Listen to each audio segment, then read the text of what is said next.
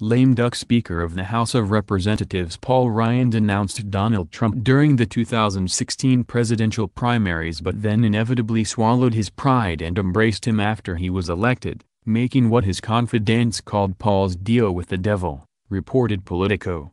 Now after a year and a half of carrying out Trump's bidding and making excuses for his shortfalls, Ryan has seen the light, at least on the issue of tariffs. "I think tariffs are basically taxes," Ryan told reporters today at the Capitol. Ryan, who has prided himself on being a tax cutter, was reacting to the news that Harley-Davidson was going to cut jobs in the U.S. and move much of its production overseas, which would result in the closing of one of its main factories in Ryan's home state of Wisconsin.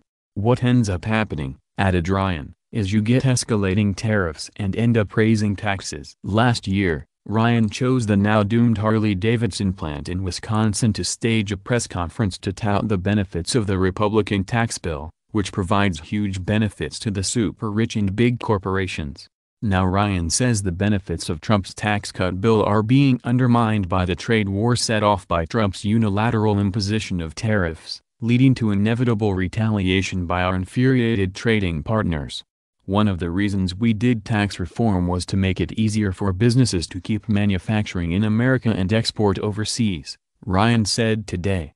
"There are unfair trading practices," the speaker added, "no two ways about it, by other countries. I think it's in our interest to use other tools to go after those unfair trading practices to stop other countries," continued Ryan, "from dumping, from cheatings, from stealing. But I think there are better tools than tariffs." Ryan was known for trying to educate Trump even as he carried out his legislative mandate and constantly looked the other way at all the allegations of adultery, outright lying, violations of all standards of ethics and the constant racism. Trump paid Ryan back by not attacking him openly as he did Senate Majority Leader Mitch McConnell, RK, but the speaker paid a very large price in terms of his own reputation. Now as Ryan comes to the end of his time in the House and Trump goes off the rails on trade, immigration and relations with America's closest allies, Ryan is feigning remorse.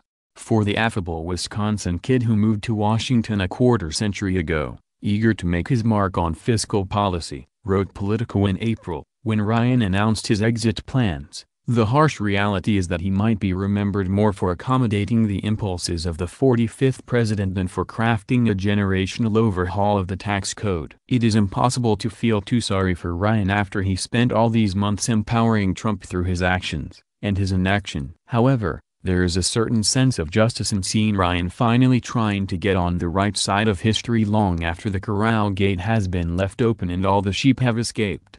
However, he'll find no forgiveness from us for his decades-long war on the social safety net and America's working poor.